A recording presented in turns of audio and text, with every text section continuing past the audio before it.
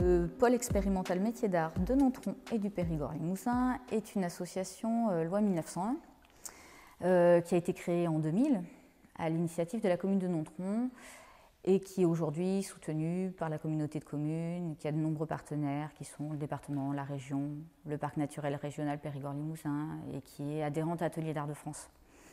Donc l'objectif de notre association, c'est de faire la promotion des métiers d'art sur notre territoire. Et en fait, c'est un objectif qui est assez transversal parce que ça nous permet de parler de culture, d'économie et de tourisme.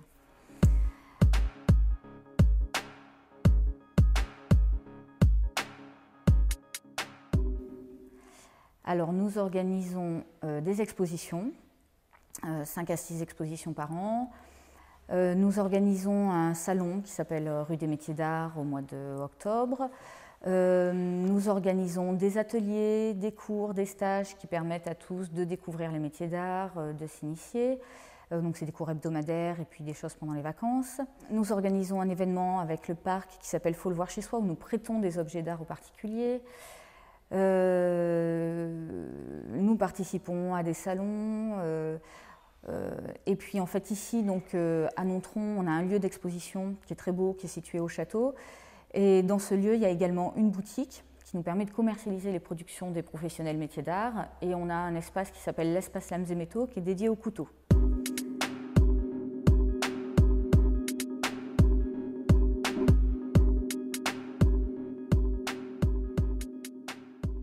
Pour rappel, rapidement, les métiers d'art, en fait, ce sont des activités qui sont à la frontière entre l'artisanat et la création artistique.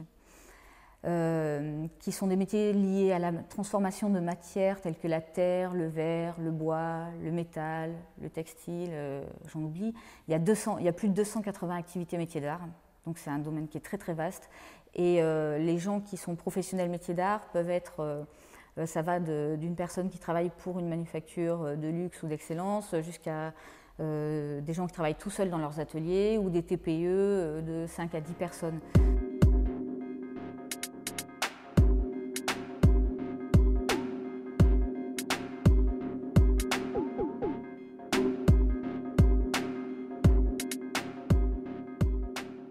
Le pôle expérimental métiers d'art a intégré le dispositif des résidences de l'art en Dordogne en 2000, donc dès la constitution de l'association quasiment. L'idée c'était de vraiment structurer les actions de l'association autour du développement culturel aussi et de l'enrichir avec un côté plus professionnel. Et donc intégrer le dispositif des résidences de l'art en Dordogne, ça nous permettait vraiment tout de suite de développer ça. La piste qui a été choisie en 2000, c'est de travailler avec des designers. L'idée, c'était de ne pas avoir un artiste qui arrive et qui travaille seul et ex nihilo, mais en fait, c'était de travailler tout de suite en collaboration avec des professionnels métiers d'art. Les designers pouvaient découvrir des savoir-faire et puis approcher la matière. Les professionnels métiers d'art pouvaient appréhender une nouvelle méthodologie. Et puis, comme ce sont des créatifs qui se rencontrent, eh ben, voilà, c'est des univers qui se rencontrent, des échanges. Voilà, c'est toujours intéressant de travailler avec d'autres. Donc, et d'ailleurs, c'est ce qui petit à petit s'est révélé le plus enrichissant dans cette résidence. C'est vraiment ça, les échanges entre créateurs en fait.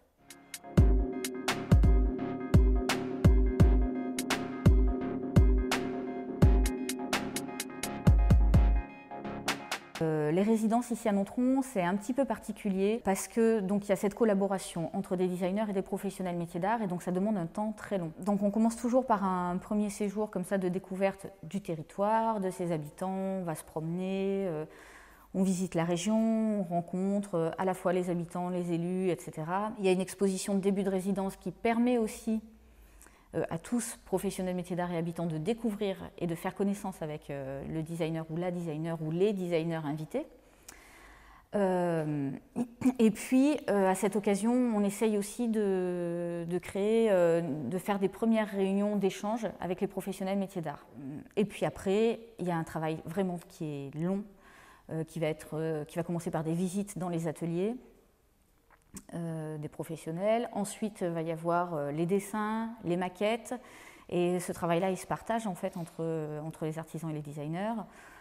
les premiers essais et les prototypes. Donc il y a plein d'allers-retours comme ça, ça nécessite plein d'allers-retours et donc un temps assez long avant d'avoir les productions définitives.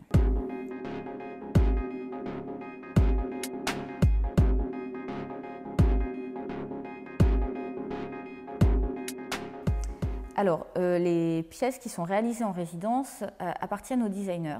Donc il y a évidemment toujours une exposition de fin de résidence dans laquelle on montre ces créations. Et puis ensuite, donc le designer les a, mais elles servent à faire la promotion de ce travail et de valoriser à la fois le travail du designer et des professionnels métiers d'art. On a pu montrer le travail de Jean Couvreur et de Samuel Akoseberi à Bordeaux, Escale du Design. On a pu montrer le travail de Samuel également à Paris pendant les Designer Days. Celui de Jean Couvreur aux ateliers d'art et aux ateliers de Paris. Donc voilà, ça sert vraiment à être montré, à être diffusé à l'extérieur en exposition. Et puis ici, l'agence culturelle départementale Dordogne-Périgord achète des œuvres qui ont été créées à Nontron, ce qui fait qu'on a constitué un fonds comme ça de création et ça nous permet également de diffuser, de le prêter à d'autres structures pour être exposé.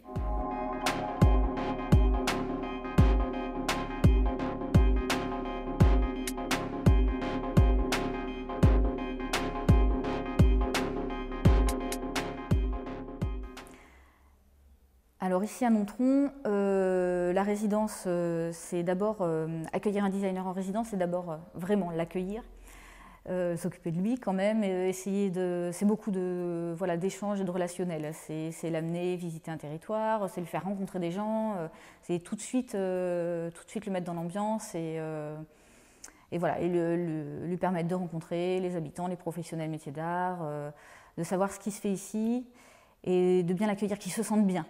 Et puis l'air de rien, il y a aussi amener le designer se balader, venir au marché de producteurs en été, participer au loto des pompiers, enfin c'est bête mais ça fait partie d'une résidence.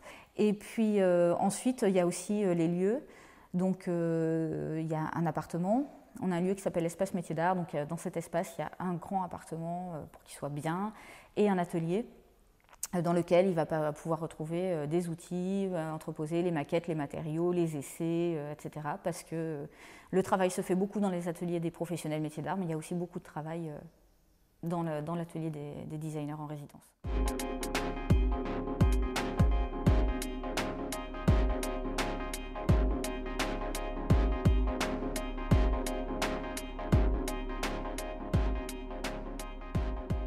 Pour les designers, je pense que c'est vraiment intéressant de se confronter à plein de savoir-faire très variés.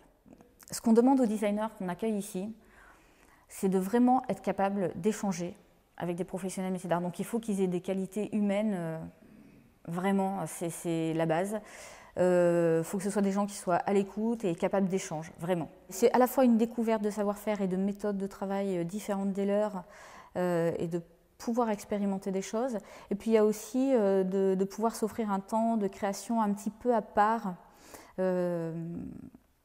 comme une sorte de parenthèse un peu plus calme. Ça leur permet souvent de travailler un projet de manière aussi plus libre, beaucoup plus libre.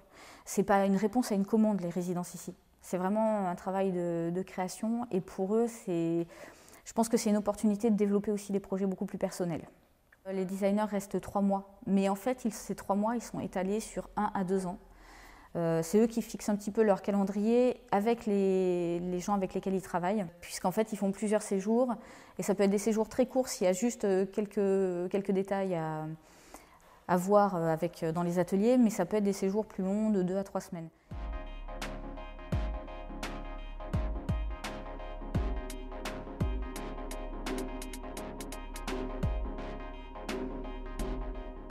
Nous essayons ici de vraiment impliquer la population dans les résidences et de leur permettre de suivre la résidence dans sa durée. Et puis il y a aussi tout le travail avec les scolaires. Et là on essaye vraiment d'avoir un travail sur le long terme. Et puis ça nous permet aussi comme en fait les scolaires, on a l'habitude de travailler beaucoup avec eux sur les métiers d'art, ça nous permet aussi de leur faire découvrir un autre métier qui est celui de designer. Et donc c'est pareil, c'est vraiment un travail sur le long cours. Il y a beaucoup de classes qui viennent visiter les expositions de début et de fin de résidence, mais il y a aussi des professionnels métiers d'art qui participent à la résidence, qui animent des ateliers dans les classes. Les designers, eux aussi, animent des ateliers dans les classes.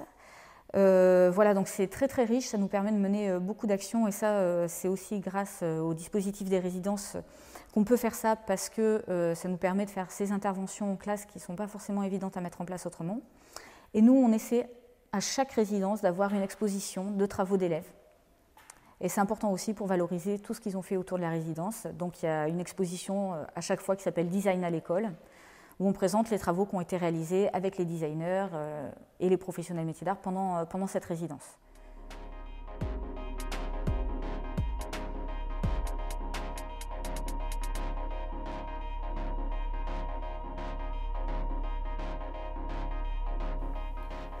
Alors la petite particularité des résidences à Nontron, c'est qu'elles sont très fertiles. Elles sont très fertiles dans le sens où à chaque fois quasiment que nous avons eu des designers en résidence ici, ils ont eu des enfants. Bon, ben, comme quoi ce n'est pas un problème non plus sur le déroulé, hein, mais maintenant on a tout ce qu'il faut. Donc dans notre appartement d'accueil des designers, hein, il y a un parc, un lit enfant, etc. Il y a tout l'équipement qu'il faut pour accueillir des gens avec des enfants en bas âge, pas de souci. Voilà. Donc quasiment tous les designers qui sont venus en résidence ici ont eu des enfants, voire un à plusieurs.